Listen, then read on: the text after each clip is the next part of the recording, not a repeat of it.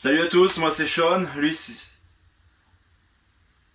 Ça va être une vidéo de merde.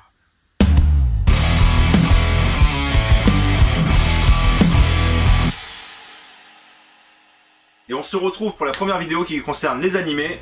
Et aujourd'hui on va parler de la dernière création de chez les studios Warner et DC Comics, Suicide Squad, Hell to Pay. Ce film se centre encore une fois sur la Task Force qui est dirigée par Amanda Waller. Amanda Waller qui est ici très amincie, hein. On a une Amanda Waller qui passe de...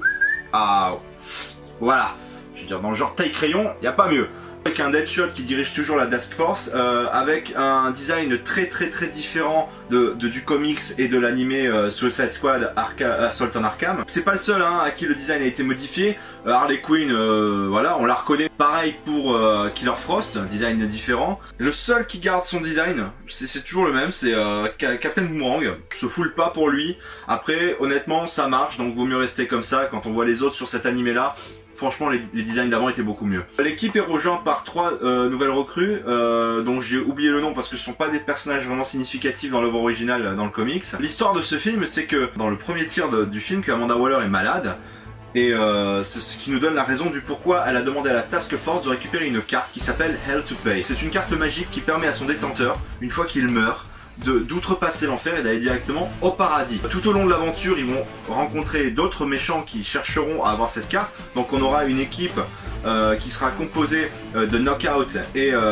qui fait partie des New Gods et de la fille de Vandal Savage qui voudront elle aussi la carte pour le compte de Vandal Savage. On aura le Nega Flash qui montrait une équipe avec Banshee et un autre méchant dont j'ai oublié le nom pour lui aussi avoir la carte, et on constatera d'ailleurs durant le film que le Nega Flash n'est pas très rapide, que Eobard Thawne a perdu beaucoup de sa vitesse. Ensuite ce qui se passe c'est que tout le long du film ils se tirent dans les pattes, ils essaient de récupérer machin. On a les histoires personnelles de certains qui rentrent en ligne de compte, donc comme par exemple Deadshot avec sa fille. C'est un thème qui est relativement récurrent au sein des animés. Donc c'est un animé qui dure 1 heure presque et demie. C'est pas très long, c'est pas forcément super développé. Vraiment le film se concentre plutôt sur le fait qu'ils se tirent tous dans les pattes pour pouvoir récupérer cette carte. On arrive à la fin du film, donc ce qui se passe c'est que Vandal Savage vers le milieu 3/4 du film débarque à l'endroit où habite sa fille et Knockout, donc ils sont toutes les deux ensemble. Et Knockout étant sévèrement touché, Vandal Savage l'achève, et c'est là que la fille de Vandal Savage va communiquer les coordonnées de la base de son père à la Suicide Squad pour qu'il puisse aller récupérer la carte chez lui. Ils arrivent là-bas, ils seront rejoints ensuite par l'équipe adverse donc du Nega Flash, et quand ils arrivent ils découvrent que Vandal Savage s'est ouvert la poitrine, a mis la carte Hell to Pay à l'intérieur et a refermé, et ce grâce à l'intervention du Dr Pig, dans le seul but que si jamais quelqu'un veut récupérer la carte, il sera obligé de tuer Vandal Savage, et Vandal Savage ira directement au paradis et la carte sera inutilisable, puisqu'elle est utilisable qu'une seule fois. Donc c'est un peu compliqué, ils se battent, ils essaient de trouver un moyen de récupérer la carte, sauf que le seul qui peut le faire c'est le Nega Flash. Il faut savoir que tous les speedsters peuvent vibrer au niveau moléculaire, traverser la matière, en récupérer un objet solide ou carrément traverser ce dit objet. Donc là ce qui se passe c'est qu'ils traversent la matière et récupèrent la carte Hell to Pay. Ensuite s'ensuit un combat avec Deadshot et les autres membres de l'équipe Task Force, et on découvre qu'en vérité Eobard Thawne, c'est le Eobard Thawne qui apparaît aussi dans le film Flashpoint de 2013. Donc il faut savoir que dans ce film là, Barry Allen remonte dans le temps pour sauver sa mère et crée un univers parallèle sans le vouloir dans lequel il n'a pas ses pouvoirs. Donc dans cet univers parallèle, les choses sont très différentes. Cyborg est à la solde du président des États-Unis. Batman c'est le père de Bruce Wayne, Thomas Wayne, et le Joker c'est la mère de Bruce Wayne, c'est Martha Wayne. Alors on ne la voit pas dans le film puisque ça ne se concentre pas sur eux. Malgré tout, je pense que Kay fera une vidéo sur le comics et vous expliquera un peu plus en détail la situation à cette période-là. Donc ce qui se passe c'est que vers la fin de ce film-là, Batman de cette temporalité tire une balle à bout portant dans le crâne du Nega Flash. Alors le Nega Flash étant la seule personne qui se souvienne de la temporalité d'avant, puisque lui aussi est un speedster et qui peut voyager à travers les univers, à travers le temps, etc. etc.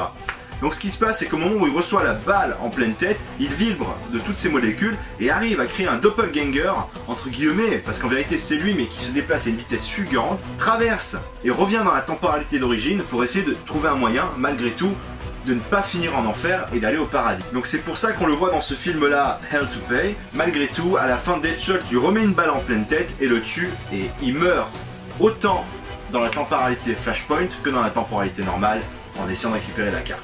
Donc la carte ensuite, elle va être utilisée par un des membres de la Task Force qui est en fait n'est pas vraiment un méchant. Donc Tigers est mourant et puisque Amanda Waller veut la carte et que Deadshot ne peut faire confiance à Amanda Waller, il décide de laisser la carte entre les mains de Tiger au moment où il meurt et celui-ci monte directement au paradis. Mais ça Amanda Waller ne le sait pas et à la fin du film il redonne la carte à Amanda Waller. Le deal qu'ils avaient conclu au début du film c'était que s'il y arrivait, elle le libérait et il avait plus de dettes à payer, il pouvait retourner à sa vie d'avant, enfin du moins celle avant qu'il ne soit un tueur en série. Et le film se termine là-dessus. Niveau animation, le job a été bien fait. Le doublage des acteurs en français, c'est ce qui m'énerve un petit peu en France, c'est qu'on change en permanence le doublage des acteurs. On l'a vu par exemple chez Marvel, on l'a vu chez d'autres. Les voix des acteurs, surtout dans les animés, ne sont jamais les mêmes. J'aimerais bien que pour une fois on fasse les choses bien et qu'on garde un peu les mêmes voix. La musique, c'est pas des thèmes sur lesquels on va forcément s'accrocher. Mais ça remplit les espaces où il y a besoin, ça fait le job, voilà. Donc bon, ce film, sur une globalité, c'est un film qui se regarde, ça va. Honnêtement, ça va, on a vu pire en termes d'animé chez DC. Celui-là, ça va, il relève le niveau de certains qui sont parus il y a pas longtemps, dont on parlera très prochainement. C'est tout ce que j'avais à dire pour cette vidéo, et d'ici là, je vous dis à la prochaine. Ouais, toi là. Oh, mais... Oh, où tu vas? Reviens. Oh, qu'est-ce qu'il y a? Qu'est-ce qui se passe? Mais regarde, il se barre là, il s'abonne même pas là. Lequel? Mais lui là, enfin, et tous là, abonnez-vous. Ouais, abonnez-vous, lâchez un pouce bleu. Lâche ton pouce.